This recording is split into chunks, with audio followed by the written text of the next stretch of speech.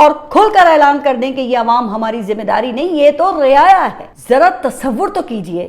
جناب، یہ صرف آگ نہیں، یہ نظام کی بے حسی پر جلتا ہوا سوال ہے۔ اور اس حکومت کو یاد رکھنا چاہیے کہ یہ جو اقتدار ہے نا، ان کا یہ عارضی ہے، مگر ان بچوں کے والدین کی چیخیں، ان کی سسکیاں، ان کے آنسو یہ تاریخ میں ہمیشہ زندہ رہیں گے۔ وزیر اعظم شہباز شریف، وزیر داخلہ محسن نقوی اور وزیر صحت مصطفیٰ کمال کو قوم کے سامنے جواب دہ ہونا پڑے گا کہ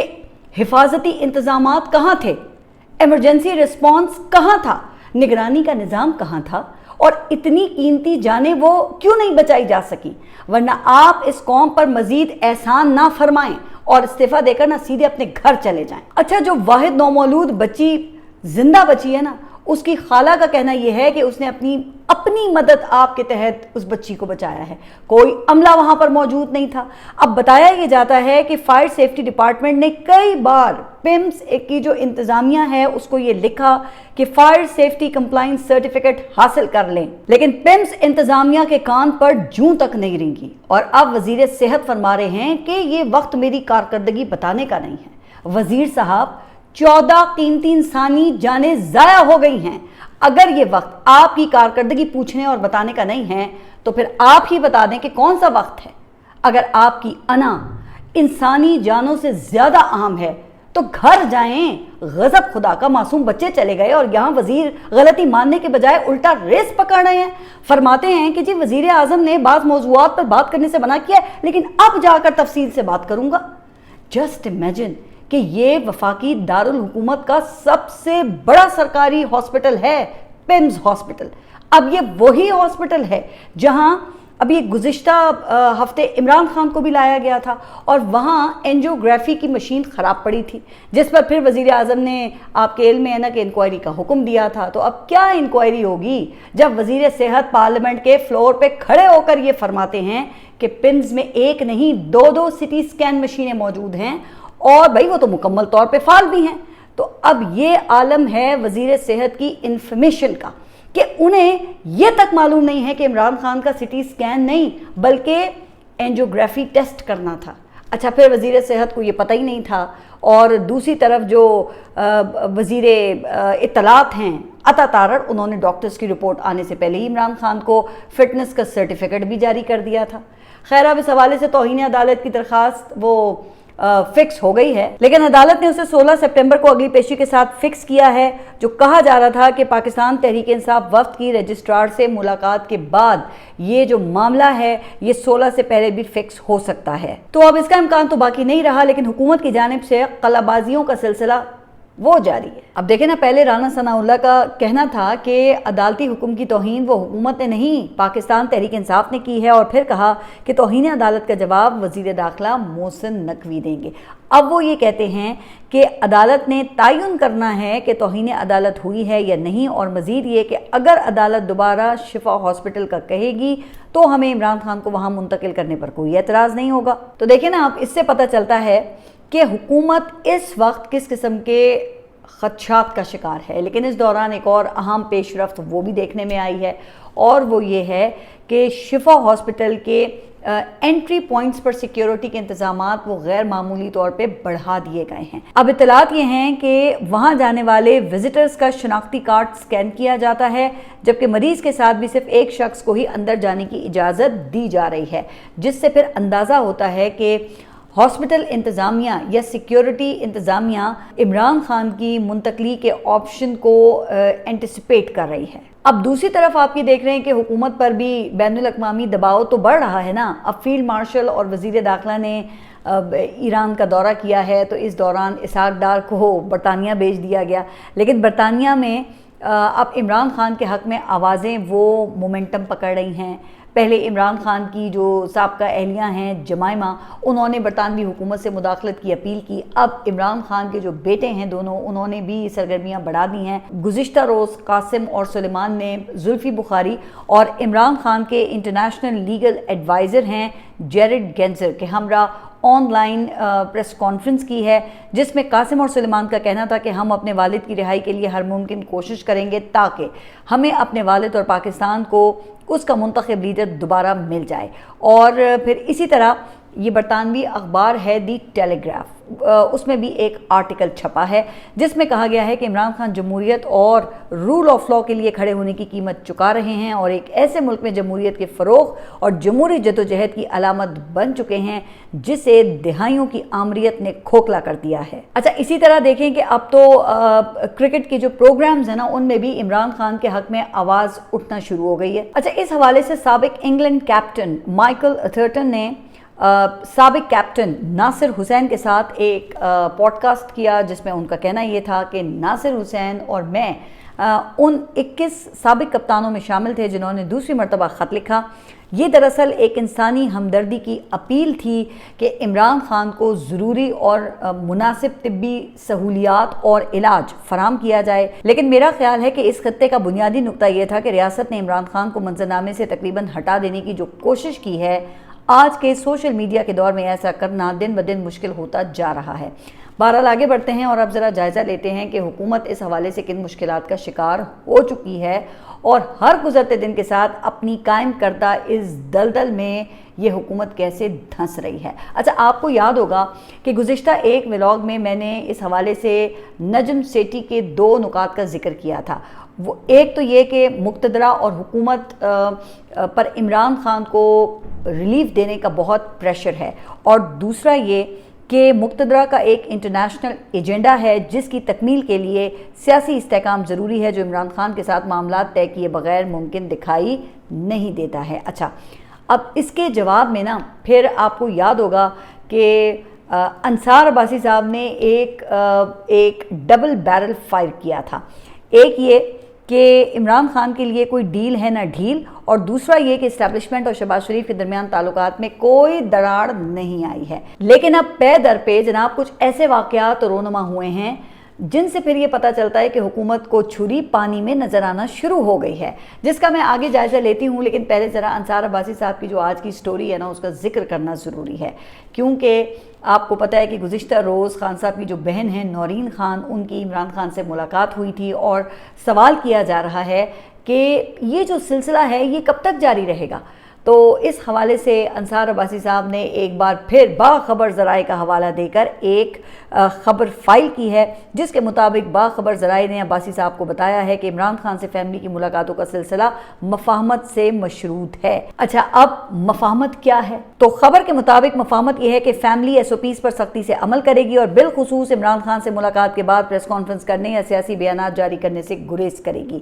اچھا، اس خبر میں پھر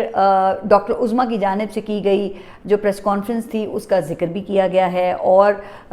اس کے اوپر ناپسندیدگی کا اظہار کر کے ریمائنڈر دینے کی کوشش کی گئی ہے کہ ایسا رویہ علیمہ خان نے بھی جاری رکھا تھا اور ان ملاقاتوں کو سیاسی پیغام رسانی کے لیے استعمال کیا تھا، لہٰذا اس سے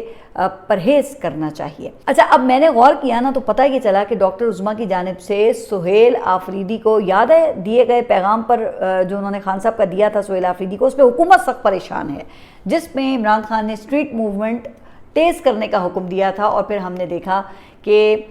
سہیل آفریدی نے بنیر اور دیگر علاقوں میں بڑے بڑے جلسے کیے جس میں اسٹیبلشمنٹ کے بجائے شریف خاندان کو ان کی طرف سے ٹارگٹ کیا گیا اور مریم نواز کو عمران خان کے ساتھ ہونے والے سلوک کا ذمہ دار ٹھہرایا گیا، جس کے بعد پھر ہم نے یہ بھی دیکھا کہ مسلم لیگ نون کے وفادار تجزیہ کار وہ کافی تکلیف میں مبتلا ہو چکے ہیں، کیونکہ ایک طرف اپوزیشن متحد ہو گئی اور دوسری طرف حکومت کے نا کچھ اتحادی وہ اکڑے سے دکھائی دے رہے ہیں اس وقت۔ تو اس حوالے سے یہ بات ویسے یہ کئی دنوں سے آبزرو کی جا رہی ہے کہ مریم نواز اور علیم خان کے درمیان جو معاملات ہیں وہ نہایت کشیدہ ہو چکے ہیں۔ اچھا، اس بات کا اندازہ پھر آپ اس بات سے بھی لگا سکتے ہیں کہ جو علیم خان کا چینل ہے اس پہ 17 پنجاب پروگرام کی حقیقت اور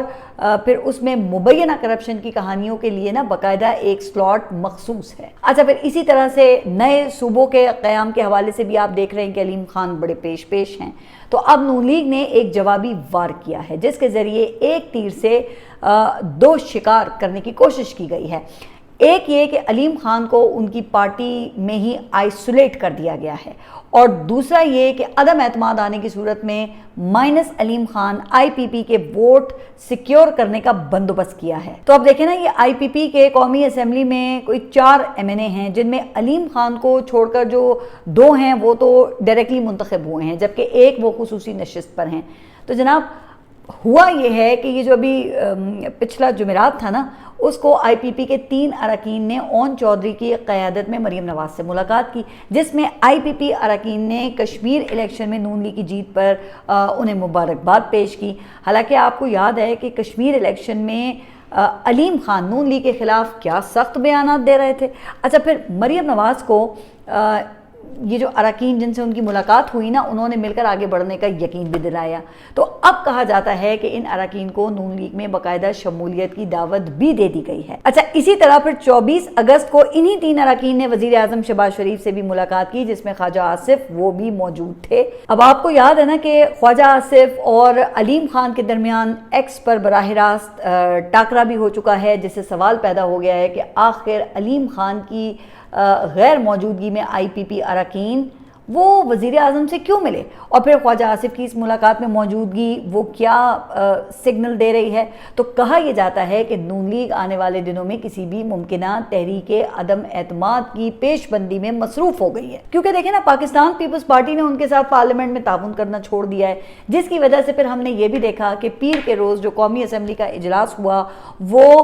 2 بار معطل کیا گیا، اور بالآخر اس اجلاس کو پھر ملتوی کرنا پڑا، کیونکہ کورم جو تھا وہ پورا نہیں تھا۔ یعنی کہ پاکستان پیپلز پارٹی کے بغیر جو مسلم لیگ نون ہے، ان کے لیے پارلیمنٹ میں کورم پورا کرنا وہ بھی مسئلہ بن گیا ہے۔ تو جناب ان حالات میں مائنس علیم خان آئی پی پی اراکین کی سرگرمیوں کو ایک سگنیفیکنٹ ڈیولپمنٹ کے طور پہ نہ دیکھا جا رہا ہے، لیکن اہم بات یہ ہے کہ آئی پی پی اراکین اب علیم خان کے کنٹرول میں نہیں رہے ہیں۔ خیر، آگے بڑھتے ہیں اور اب کچھ اپوزیشن کی بات بھی کرتے ہیں، جن کے درمیان پارلیمنٹ کے اندر ایک گرینڈ الائنس تشکیل پا گیا ہے، جس میں مولانا فضل الرحمان پیش ہیں۔ اہم بات یہ ہے کہ مولانا نے 2 ایسے ایشوز پر شدید تنقید کا آغاز کر دیا ہے جو نا مقتدرہ کے دل کے قریب سمجھے جاتے ہیں۔ اچھا دیکھیں، ایک تو حال ہی میں ہونے والی قانون سازی ہے، جس کے تحت چیف آف ڈیفنس فورسز کو غیر معمولی اختیارات دیے گئے، تو مولانا صاحب نے اس پر قانون کو آئین سے متصادم قرار دے دیا ہے۔ ان کا کہنا یہ ہے کہ وفاقی حکومت سے اختیارات لے کر سی ڈی ایف کے حوالے کر دیے گئے ہیں، لہٰذا ان کے مطابق کسی ایک فرد یا مخصوص عہدے کی خاطر کیے جانے والے فیصلے اور قوانین کو اب قبول نہیں کیا جا سکتا، جبکہ مولانا صاحب کا مزید یہ بھی کہنا ہے کہ اب کابینہ کے اختیارات بھی منتقل کیے جا رہے ہیں، جس کے وفاقی اداروں پر برے اثرات مرتب ہوں گے۔ اچھا، پھر دوسرا ایشو جس کے حوالے سے مولانا نے اپنی توپوں کا رخ مقتدرہ کی جانب کیا ہوا ہے، وہ نئے صوبوں کا قیام ہے۔ اس حوالے سے ان کا کہنا یہ ہے کہ ریاست اگر ماں ہے تو ماں اپنی اولاد کو جوڑتی ہے، تقسیم نہیں کرتی، لہٰذا صوبوں کو توڑنے کے بجائے ان کے حقوق کا تحفظ کیا جائے۔ اس ضمن میں مولانا نے 18ویں ترمیم کے دفاع کا اعلان بھی کیا ہے۔ اب ان نکات پر اپوزیشن بھی مولانا کے ساتھ ہے، لیکن صوبے اور 18ویں ترمیم کے معاملے پر انہیں پاکستان پیپلز پارٹی کی بھی حمایت حاصل ہے، پھر جس سے چہمگوئیاں ظاہر شروع ہو گئی ہیں کہ آنے والے دنوں میں پیپلز پارٹی کے ساتھ مل کر جو یہ متحدہ اپوزیشن ہے وہ حکومت کے خلاف تحریک عدم اعتماد بھی لا سکتی ہے۔ اب اطلاعات یہ ہیں کہ اس حوالے سے اب کچھ حکومتی کوارٹرز متحرک ہو گئے ہیں، جس کی وجہ سے نا آپ دیکھیے گا کہ آپ آئندہ دنوں میں دیکھیں گے کہ میڈیا پر ایک مخصوص بیانیہ پیش کیا جائے گا، جس میں اپوزیشن پر گیلری پلے کرنے اور میڈیا کی توجہ حاصل کرنے کا الزام لگے گا۔ اچھا، پھر کہا جائے گا کہ ماضی میں یہ لوگ ایک دوسرے کی پالیسیز پر شدید تنقید کرتے تھے، اور آج مشترکہ حکمت عملی کے نام پر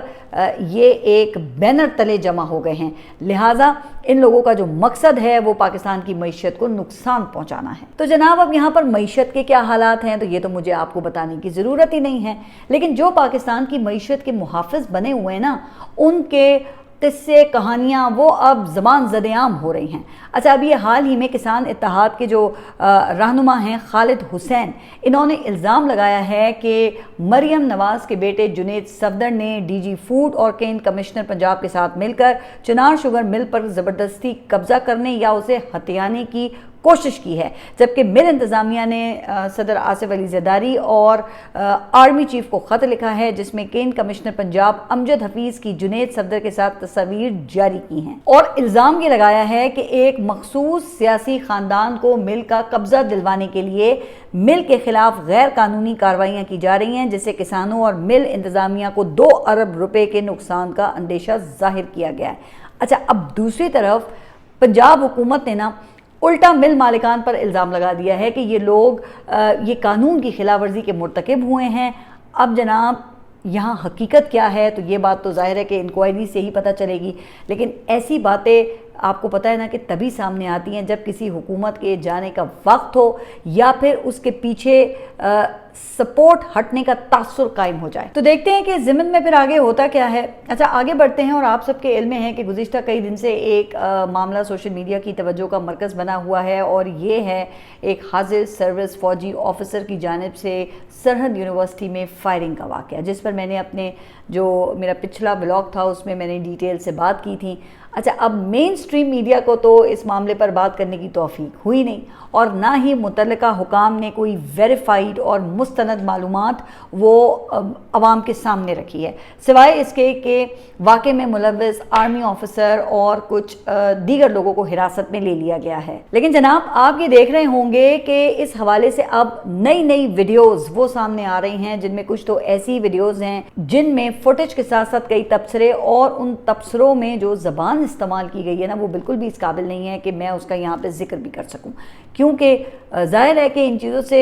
کوئی معاملہ حل ہونے والا تو ہے نہیں۔ اب ظاہر ہے کہ دیکھیں اس معاملے کے 2 فریق ہیں جن کے حامی اور سپورٹرز، ان کا الگ الگ نقطہ نظر ہے جس کو فروغ دینے کے لیے ہر کوئی یہاں اپنی سی کوشش میں لگا ہوا ہے، لیکن سچ بات یہ ہے کہ بغیر تحقیق کے کوئی بھی بات وہ ہمیں آگے نہیں پھیلانی چاہیے۔ اب اس جھگڑے کے اسباب کیا تھے،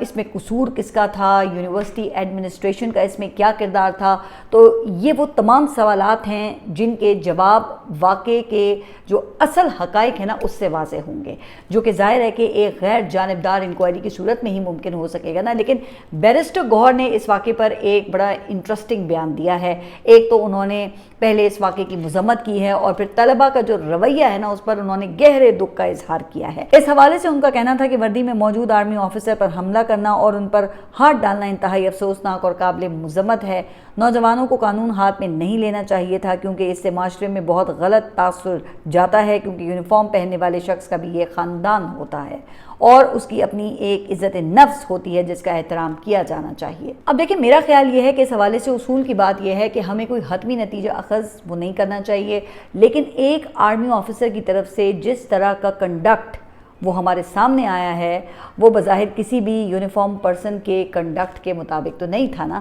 کیونکہ وردی کسی بھی شخص کو ایک مخصوص ٹریننگ اور حلف لینے کے بعد ہی دی جاتی ہے نا، جو کہ کسی بھی شخص کے لیے ظاہر ہے کہ ایک بہت بڑا اعزاز ہے، اور پھر جس کے ساتھ ایکسٹرا ذمہ داریاں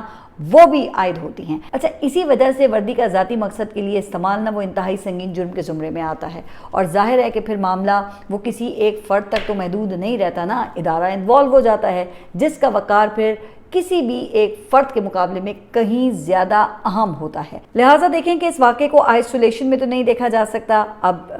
کیا وجہ ہے کہ جو یونیفارم کبھی پبلک میں عزت کی نگاہ سے دیکھا جاتا تھا، اب اس کے حوالے سے پبلک میں ایک خاص ہاسٹائل پرسیپشن کو فروغ ملا ہے۔ تو جناب یہی وہ خدشات تھے جن کی جانب ہم جیسے لوگ مسلسل توجہ دلانے کی کوشش کرتے رہے ہیں۔ اچھا، اب ذرا آپ دیکھیں نا کہ آئی ایس پی آر نے حالیہ برسوں میں یونیورسٹیز اور کالجز میں درجنوں اور بلکہ سینکڑوں کے حساب سے انٹریکشنز کی ہوں گی، جس میں قومی ادارے اور عوام کے درمیان پائی جانے والی غلط فہمیوں کو دور کیا گیا ہوگا، لیکن اس ایک واقعے نے برسوں کی محنت پر پانی پھیر دیا ہے۔ لہٰذا ایسے واقعات نا وہ لمحہ فکریہ ہونے چاہیے، اور جو پالیسی ساز ہیں ان کو بھی اس بات پہ غور کرنا چاہیے کہ پبلک ڈومین اور خاص طور پہ سیاسی معاملات میں عسکری فٹ پرنٹس کو کیسے کم سے کم کیا جا سکتا ہے، دیکھیں تاکہ ہر کوئی اپنی اپنی ڈومین میں رہ کر آزادی کے ساتھ کام کر سکے۔ آپ سب اپنا خیال رکھیے، اور اگلے ولاگ تک کے لیے اللہ حافظ۔